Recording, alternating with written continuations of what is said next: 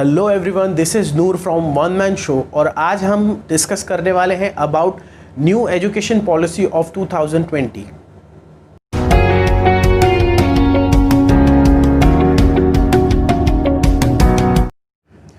Hello दोस्तों, जैसे कि मैंने बताया आपको, आज हम डिस्कस करेंगे about the new policy of education of 2020। सबसे पहले जान लेते हैं कि इसे डिस्कस करना क्यों ज़रूरी है।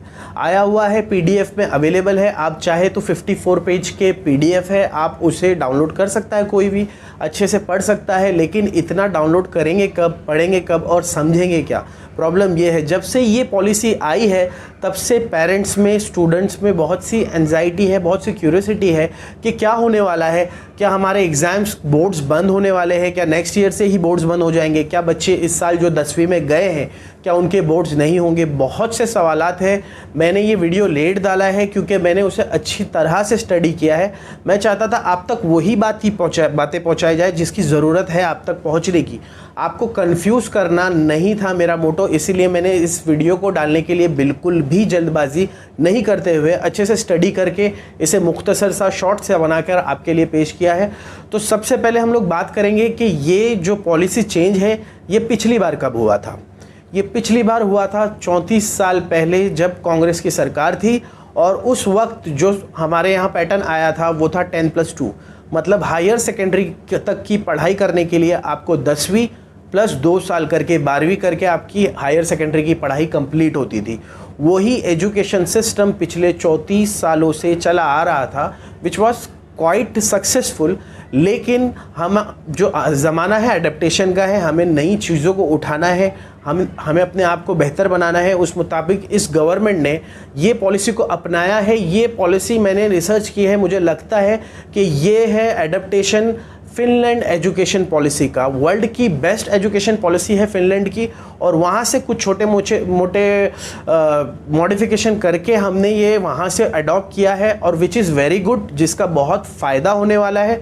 क्या फ़ायदा होने वाला है वो अभी हम लोग थोड़ी देर में जानेंगे, लेकिन उससे पहले बता देता हूँ कि इसका एजेंडा क्या है। क्या एजेंडा है इसको जो हमने चेंज किया है, हमारी जो एजुकेशन पॉलिसी है उसको चेंज करने का? पूरा फॉर्मेट चेंज हो जाएगा, पूरे सिलेबस चेंज हो जाएंगे। शायद टीचर्स को बहुत सी नई चीज़ें सीखनी होगी, टीचर्स को अपनी वर्सेटिलिटी बतानी पड़ेगी, टीचर्स को ये बताना पड़ेगा कि वो कितने केपेबल है। क्योंकि हर एक स्टूडेंट्स है, हर एक स्टूडेंट के कैपेबिलिटी के हिसाब से वो अपने सब्जेक्ट चुन सकता है, तो हर एक के सब्जेक्ट अलग हो जाएंगे। तो टीचर एक ही क्लास में रह के सारे सब्जेक्ट नहीं पढ़ा पाएंगे, उनको रेफरेंस आइडियाज़ देने पड़ेंगे। बहुत सी चीज़ें बदलने वाली है, वे ऑफ टीचिंग बदलने वाला है, फॉर्मेट बदलने वाला है। एग्ज़ाम का फियर ख़त्म हो जाएगा, ख़त्म नहीं होगा तो कम हो जाएगा, और बच्चों को पहले से डिसाइड हो जाएगा कि वो अपनी लाइफ में आगे क्या करने वाले हैं। अगर अब यहाँ पर ऐसा पिक्चर नहीं रहेगा कि आपको पहले सोचना होगा कि मैं डॉक्टर बनूंगा और फिर आपको डॉक्टर के लिए जो पढ़ाई है उसमें ही आपको तवज्जो देनी होगी। ऐसा नहीं होगा। अब जहाँ आपकी तवज्जो होगी, जहाँ आपका ध्यान होगा, वो चीज़ आपको उस तरफ ले जाएगी। अगर आप डॉक्टर बनने के काबिल हो तो आप उस तरफ चलते जाओगे। आपका ध्यान साइंस में होगा, बायोलॉजी में होगा, केमिस्ट्री में होगा, और आपको वही चीज़ एडॉप्ट होती जाएगी अपने इंटरेस्ट के हिसाब से। आप अपने सब्जेक्ट चुनते जाओगे और एट द एंड आप स्पेशलाइजेशन पे पहुंच जाओगे। तो ये जो भी हो रहा है इससे डरने वाली कोई बात नहीं है। ये एजुकेशन सिस्टम को ईजी बनाया जा रहा है, which is very good. Teachers के लिए भी गुड है और स्टूडेंट्स के लिए भी गुड है। एक्चुअली पहले था 10+2, 10वीं तक सारे बच्चे एक ही पढ़ाई करते थे। उसके बाद में 12th के 2 स्पेशलाइजेशन ईयर होते थे, उसमें बच्चे आर्ट्स, कॉमर्स या साइंस लेते थे, और उसके बाद में और डीप स्पेशलाइजेशन के लिए आगे की पढ़ाई की जाती थी। पर अब ऐसा हो गया है कि ये 10+2 का सिस्टम हटा के 5+3+3+4 कर दिया गया है। ये भी 12 साल है। 5+3 8, 8+3 11। एक्चुअली 12 साल। इसमें आप देखोगे ये जो 5 है, इस 5 के अंदर जो 3 है ये प्री ईयर्स है, तो यहाँ पे 2 ईयर्स पकड़ा जाएगा। तो 2+3 इज़ 5, 5+3 इज़ 8 एंड 8+4 इज़ 12। मैं बताता हूँ कैसे। पहले के जो 5 साल है, इन 5 सालों में 3 साल आपकी प्री स्कूलिंग होगी, मतलब जो आंगनवाड़ी, बालवाड़ी ये सब होती है, प्री स्कूलिंग, नर्सरी वगैरह, ये 3 साल होगी। 3 साल के बाद में जो 2 साल होगा वो फर्स्ट और सेकंड की जगह पर होगा, और जो ये फर्स्ट 5 ईयर्स के लिए एज ग्रुप होगा वो होगा फ्रॉम 3 to 8 ईयर्स। 3 साल से से लेके 8 साल के जो बच्चे हैं वो इसमें पार्टिसिपेट करेंगे। इस एज ग्रुप के बच्चे फ्रॉम 1 to 3 ये आंगनवाड़ी और +2 3+2 इस तरह से ये 5 बनेगा। तो ये इस तरह से क्या बनेगा, 5 साल का, 3 साल से बच्चे जो पढ़ रहे हैं वो 8 साल की उम्र के इसके अंदर आएंगे।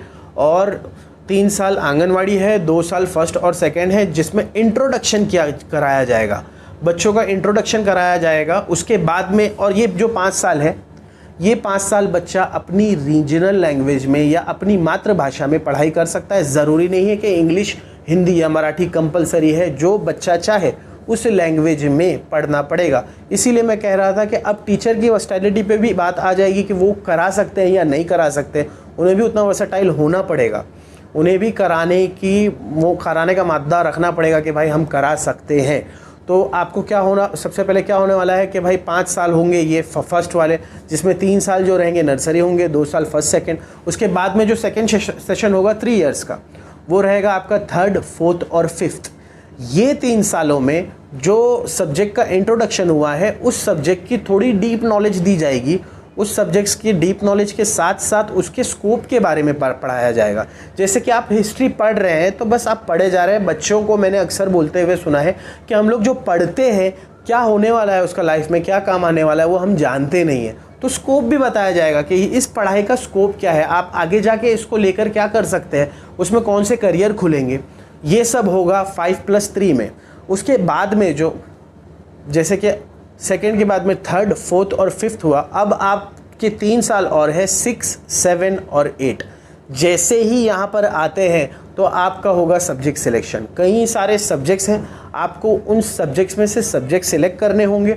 उसमें वोकेशनल सब्जेक्ट्स भी होंगे, उसके अंदर एक्स्ट्रा करिकुलर एक्टिविटीज़ के सब्जेक्ट भी होंगे, जो आपको लेना कंपलसरी होगा। एक ना एक, मान लो अगर सिंगिंग और डांसिंग है, आपको सिंगिंग या डांसिंग में से कोई एक लेना है। मैं नहीं बोल रहा हूँ कि सिंगिंग और डांसिंग ही रहेंगे, बहुत सारे होंगे, पर वो आपको चूज़ करना कंपलसरी होगा। वो भी आपके करियर का हिस्सा बनने जा रहा है, विच इज़ वेरी गुड। पहले ऐसा होता था कि बच्चे कतराते थे कि यार सिंगिंग के लिए या डांसिंग के लिए मैं पार्टिसिपेट करूं, घर वाले क्या कहेंगे, लेकिन नहीं, अब ये एक सब्जेक्ट हो जाएगा, स्पोर्ट्स एक सब्जेक्ट हो जाएगा आपके लिए, डिबेट एक सब्जेक्ट हो जाएगा। स्टैंडर्ड 6 से आपके लिए कोडिंग आ जाएगा, आप लोग कोडिंग सीख सकते हो।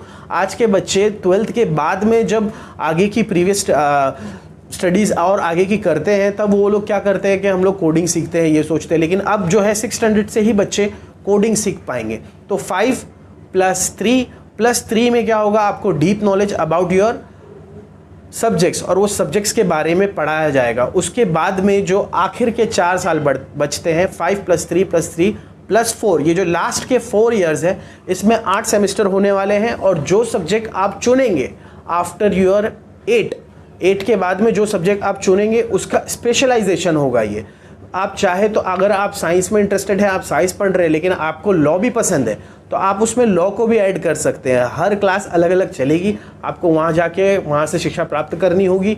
बहुत से वर्चुअल क्लासेस का भी अरेंजमेंट करने वाली है हमारी government, which is very good.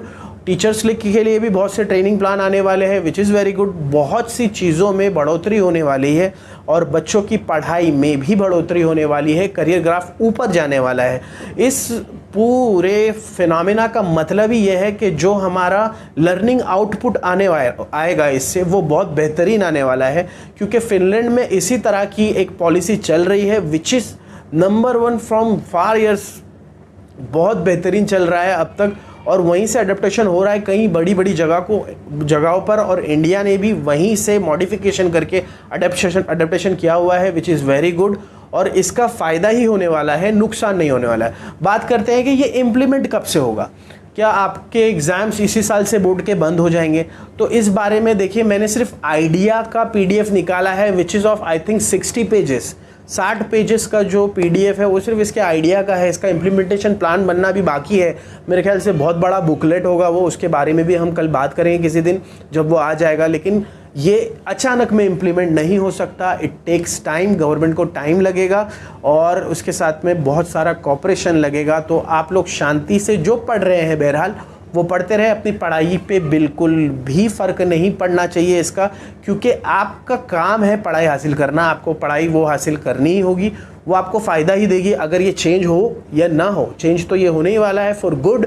और चेंज होगा तभी भी आपको पढ़ने की आदत होनी चाहिए ना मेरे दोस्त। तो पढ़ते रहिए। इस साल तो 10th होने ही वाला है, तो अगले साल देखा जाएगा कि क्या होता है, कि क्योंकि वो जो 4 ईयर्स है लास्ट के, वो 8 सेमेस्टर, वो 8 के 8 बोर्ड्स है, बोर्ड्स एग्जाम है 8 के 8, वो 8 सेमेस्टर आपको देना है, 8 के 8 सेमेस्टर आपको पास करने हैं। आपके जो एग्ज़ाम टेंशन था ना 10th और 12th का, एक बोर्ड था 10th का, एक बोर्ड था 12th का, उसको इन्होंने 8 टुकड़ों में बांट दिया है, उसका टेंशन 8 टुकड़ों में कम कर दिया है। वो इतना हार्ड होता था 10th का और 12th का, तो वो कम कम कम हार्ड करके उसे 8 पार्ट में डिवाइड कर दिया है, ताकि आप लोगों के लिए और टीचर्स के लिए आसानी हो और स्पेशलाइजेशन हो। जिस चीज़ में आपकी रुचि है, मान लीजिए आप फिज़िक्स पढ़ रहे हैं, आपकी रुचि है एरोप्लेन्स में, तो आपको फिज़िक्स पढ़ने की ज़रूरत नहीं है, आपको फिज़िक्स की एक ब्रांच है एरोडायनामिक्स, आप वो पढ़ सकते हैं। इस तरह से सब्जेक्ट सिलेक्शन होने वाला है, विच इज़ वेरी गुड। मैंने पढ़ा है, मैं इतना तफसील में नहीं बता सकता, इतना लंबा वीडियो मैं नहीं बना सकता, लेकिन फिर भी इस एग्जाम्पल से आपको कुछ समझ में ज़रूर आया होगा। प्लीज़ अगर मेरा वीडियो आपको अच्छा लगा तो please do like, share, subscribe, press the bell icon. Thanks for watching the video.